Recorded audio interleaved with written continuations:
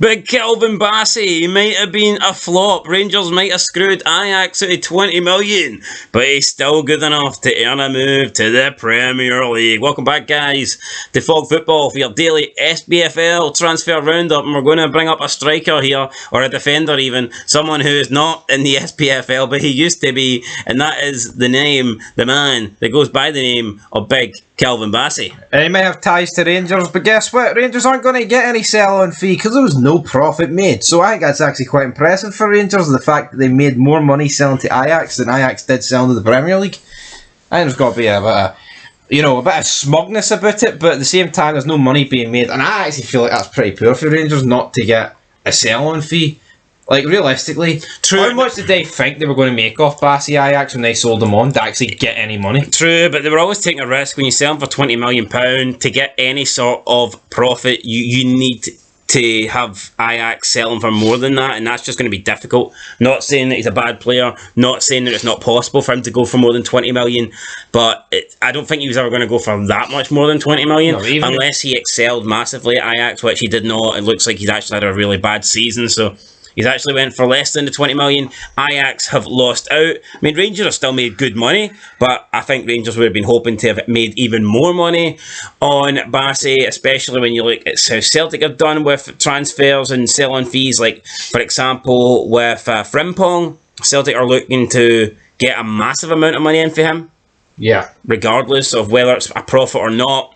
As for Rangers, though, they've kind of missed the boat here. Maybe they should have negotiated a better contract. But then again, 20 million up front, I thought was good money, so. It was good money. It's weird, though. In my eyes, I would view Bassey as better than Frimpong, but I'm looking at the old firm perspective when they were at the clubs. But saying that, I think Frimpong was like the only shining light about that Celtic team that season before he moved.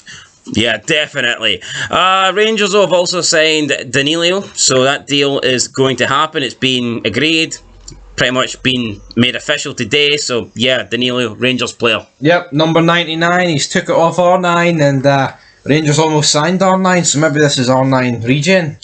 Could be. 6 million, you cannot say Beale's not been backed. No, he has been backed. Shea Adams is poised to make a £15 million return to the Premier League. He is set to leave Southampton and join up at Wolverhampton Wanderers. Is this a good move for Shea Adams, and is it good for Scotland? Of course it is. I mean, I guess we want our players to be playing at the highest possible standard that they can. But I don't think he's worth 15 million, to be honest. I don't think he's worth 15 million. Especially going for a championship team. Does it improve Scotland, though? I mean, is this good news for Scotland, or do you think it doesn't really matter whether he's playing Premier League or Championship? It doesn't really matter, man. I think it just goes to show you that, like, the tax that gets put on down there. Because, like, I mean, Dykes is playing in the Championship, and I would still pick Dykes over Shea Adams. I'm not saying Dykes is a better player, but I do think Scotland play better with Dykes in the team than Shea Adams in the team. Adams is, like, good on the ball, but I think his finishing's fucking awful. Overall, I think Dykes links up better with the rest of the team. Dykes. Aye, Dykes. But I think Shea Adams, like, he rarely scores. Like, honestly. I think he's good, like, he's good on the ball, but I'd much rather go with Shankland on this bit.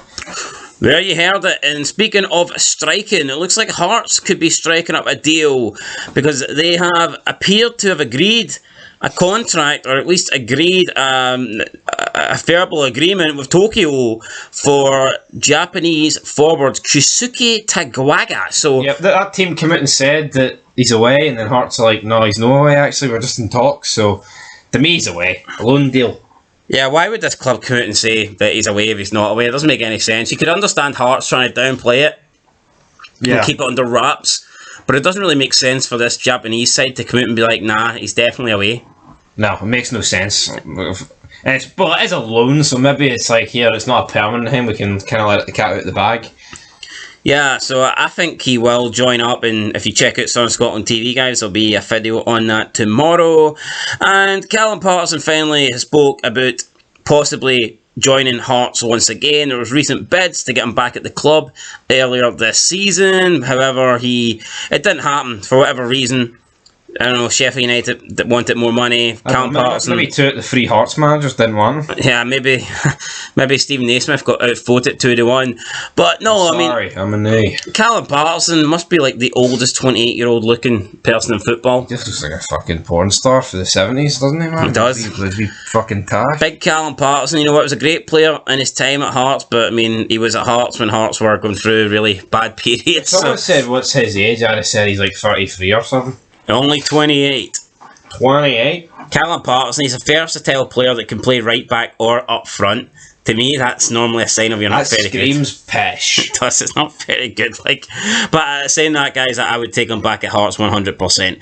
Anyway, that is it. The 5-play cup action tomorrow. Who's going to survive? Who's not going to survive? A bunch of Premier League teams have already fallen. So Celtic Rangers play as well. Celtic Rangers playing friendlies. Hibernians still licking their wounds after the Europa Conference League. I mean, Scottish football's back, baby. We're not that far away from the beginning of the season. So stay tuned. And of course, you get your daily transfer videos here on Flog Football. Apart from the weekends, because we like to take the weekends off because making 7 vids a week is just too much work, so aye.